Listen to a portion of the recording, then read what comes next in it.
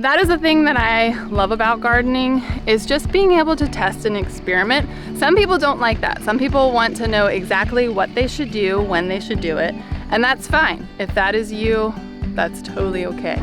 Today's video is all about the garden. We have been super busy with animals, but the garden has still been growing. We've still been planting seeds, weeding, and harvesting our first fruits of the year. We have had a really wet spring here in Middle Tennessee, and it has kind of, rain is always a good thing, but too much of a good thing can also cause problems.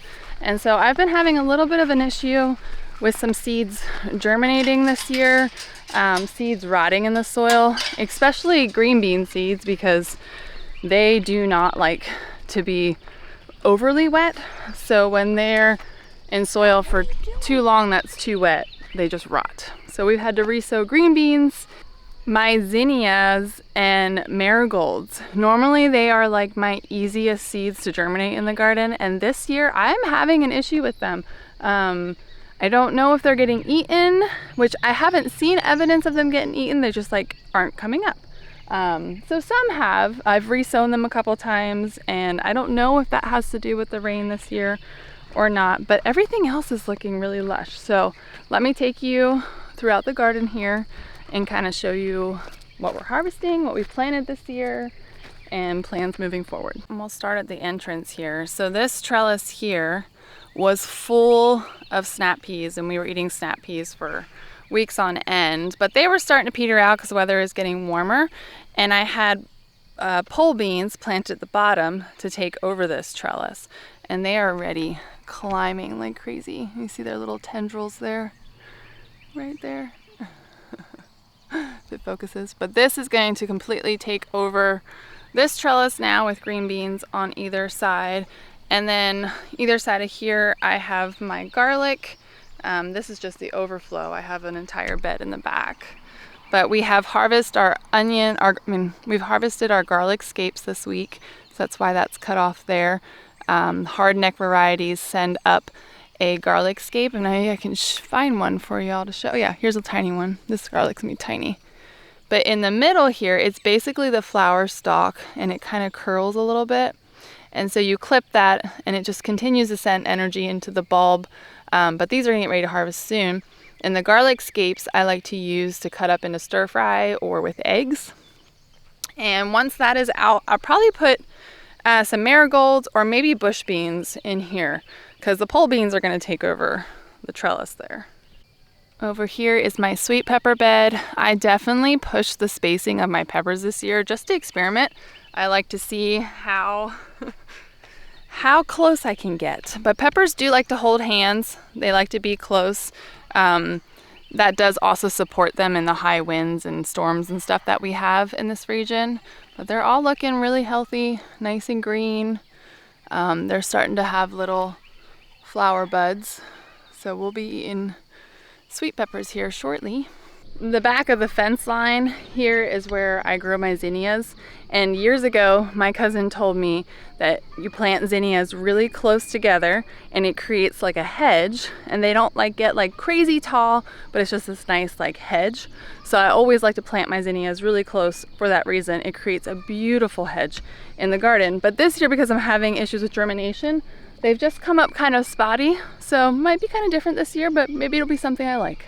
Let's talk about onions. I learned something this year with doing onions. I hadn't gotten my bulk compost when my onion slips arrived, and so I just got some bag compost from a local co-op, and we planted the back row of onions in that bag compost. And then I realized, oh my goodness, I have way more onions than I have space.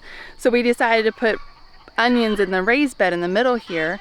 But at that point, I had gotten my bulk compost from our local nursery, and by the truck bed load, and that was mushroom compost. And so we put that in the raised bed, and those onions are way bigger. They're a lot nicer than the ones that I planted with the bag compost. So I'm gonna note that for next year, just to make sure, just go get the bulk stuff right away.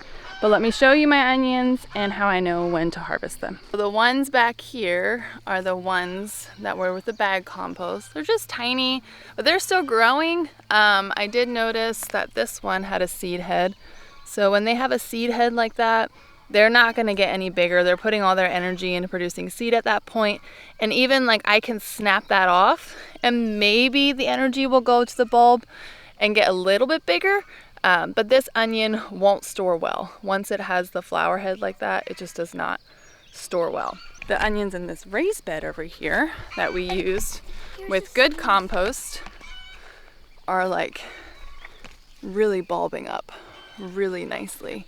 We have harvested some already, but they're really nice and they're still growing. They haven't set up any seed heads, anything like that. So these are onions that I harvested yesterday because when they were in the soil, the neck was flopped over like that, which when the neck flops over on an onion, it just means that all of the energy that is being produced to produce this bulb is done. The bulb is not going to get any bigger than that. The necks are soft right here, they're not hard. And so I'm letting them dry out in the sun a little bit before I cure them. But these onions, they're kind of starting to flop, but not yet. They will lay all the way over. And this neck, that one's kind of getting soft. But this one is still pretty hard. I can't squish it. Where this one I can squish. But this one you can too. You can? Yep, it's getting soft.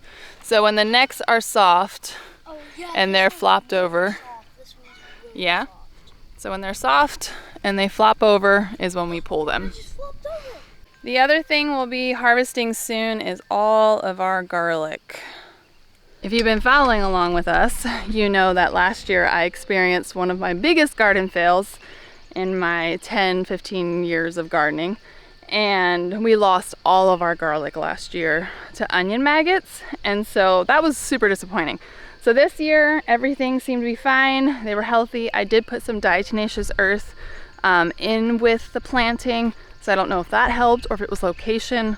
Last year's location, we had just moved, and so we just threw them in a raised bed, and I think it just held too much moisture. The only thing I'm nervous about this year with this garlic is it's because it's been so wet. Garlic likes to be dry the last couple weeks before it's harvested, and it's been so wet. So I'm gonna let it dry out a little bit, but then we are gonna harvest this soon.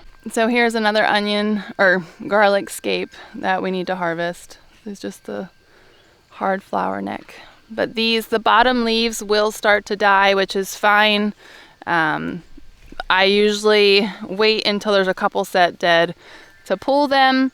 Always pulling garlic before the summer solstice. That's just what I've been told. So that'll be on the to-do list once it dries out a little bit. And this area over here is something we're all very excited about. So last year I planted just a couple blackberry canes along this back fence line that a friend gave me, and have been trellising them up throughout the last year. And they produced so many flowers this year and are starting to form berries. So we are going to be eating a lot of blackberries just soon. And then on this trellis here, I have tromboncino. Last year, I only grew like 1 or 2 per trellis. And this year I kind of pushed it again, and I did put a whole bunch along. And I'm gonna just kind of testing it out. That is the thing that I love about gardening, is just being able to test and experiment. Some people don't like that. Some people want to know exactly what they should do, when they should do it, and that's fine. If that is you, that's totally okay. I am not like that. I really like to take the information that I have gathered, learned from friends, learned online, and then test it for myself in my own space, in my own soil, because everyone's soil is gonna be different, everyone's climate is gonna be different. There's microclimates even within a certain zone. So like with this last year, I planted, I think it was 2 tromboncinos on each trellis, and it did not completely fill out like the whole entire thing. So this year, and it was healthy and fine. So this year I'm pushing it a little bit. I'm gonna see how it grows. My first hollyhock opened up. Let me show it to y'all. So this hollyhock bloomed this week. I always like to plant some kind of flowering plant by, like cucumbers, squashes, because it draws the pollinators. So this hollyhock is on the end here, and this is my cucumber trellis, and it'll draw the pollinators to make sure all of that is getting pollinated. My garden buddy since 2018. Let's go back here to the tomatoes. They have just grown leaps and bounds since I planted them a couple weeks ago. And if you missed that video, go check that out. How I plant my tomatoes and why I like to put an egg in each hole, a banana, Epsom salts. I didn't put Epsom salts in the ground this year, but I did mix a couple tablespoons in a spray bottle and sprayed the leaves once I saw blossoms. That just helps for health, but they're looking so good. So I am using a cattle panel for my tomatoes, and what I do is when they get tall enough, I just use garden twine and I kind of tie it around there, and then as they get bigger, I prune the bottom stems up for health and just to create airflow. Always planting lots of basil and marigolds along the bottom as like a hedge. We had a super early spring this year, warm weather earlier, and our last frost was much earlier than usual. And so I just took a chance and I sowed some cucumber seeds like beginning of April. And these things are looking amazing. So I think I did see there's some baby fruits in the bottom, but they have their first flowers down there. We'll be eating cucumbers just soon. And then over here is all of my hot peppers. I do have onions in the front there, and they'll get pulled and that creates more space for the peppers. There's some lettuce in the front there. Again, I just push my spacing and see what I can plant. I do a lot of interplanting, so I have some sunflowers in the front here just to create a little bit of shade. Peppers do like to have some protection, like that hot afternoon sun, especially in our climate. I've seen they're healthier, so I just put a couple sunflowers in the front there. That way it just casts some shadows on them in like the hottest part of the day, because this area is in complete full sun all day. And then nasturtiums are all over my garden because they are a good pest repellent plant. They draw the pests sometimes that would go to other plants. They're so pretty.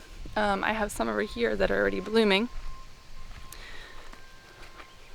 They're just really pretty flower, and they are completely edible. The flowers, the leaves. What convinced me to plant nasturtiums in my garden was I had read that the seeds of the nasturtium were used in World War II as like a pepper substitute. And I'm super fascinated with that time of history and the Great Depression and stuff. And I was like, how fun is that? So, well, I have never used the seeds for pepper. I have used the flowers, and my kids love to like use them for pretend cooking in their little house. And it's just a fun plant to have around. This bed here, once all the onions are done, I'm gonna start trailing the runners of my strawberries to go throughout this bed and make this my strawberry bed. If you want to see how we built this bed, we do have a video about that, showing that process and how we built it. But it's been a great bed to have as a focal point here in the middle. I do try to put things in there that don't need a lot of moisture, just because with a raised bed you have to water them more often than it being in ground. And then in the back here we have potatoes, lots of lettuce. It's the season of endless salad bar, which is great. And then the kids' gardens are back there, and they're doing really good. And these potatoes back here have set their flowers, which when a potato sets flowers, it is a sign that there are little tubers underneath there. So if I wanted some potatoes for dinner, I could dig those up.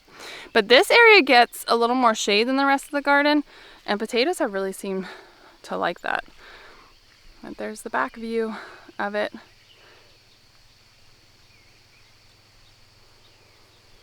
What's your favorite part about growing a garden in the summer with the family? Eating stuff and hanging out in the garden. Yeah.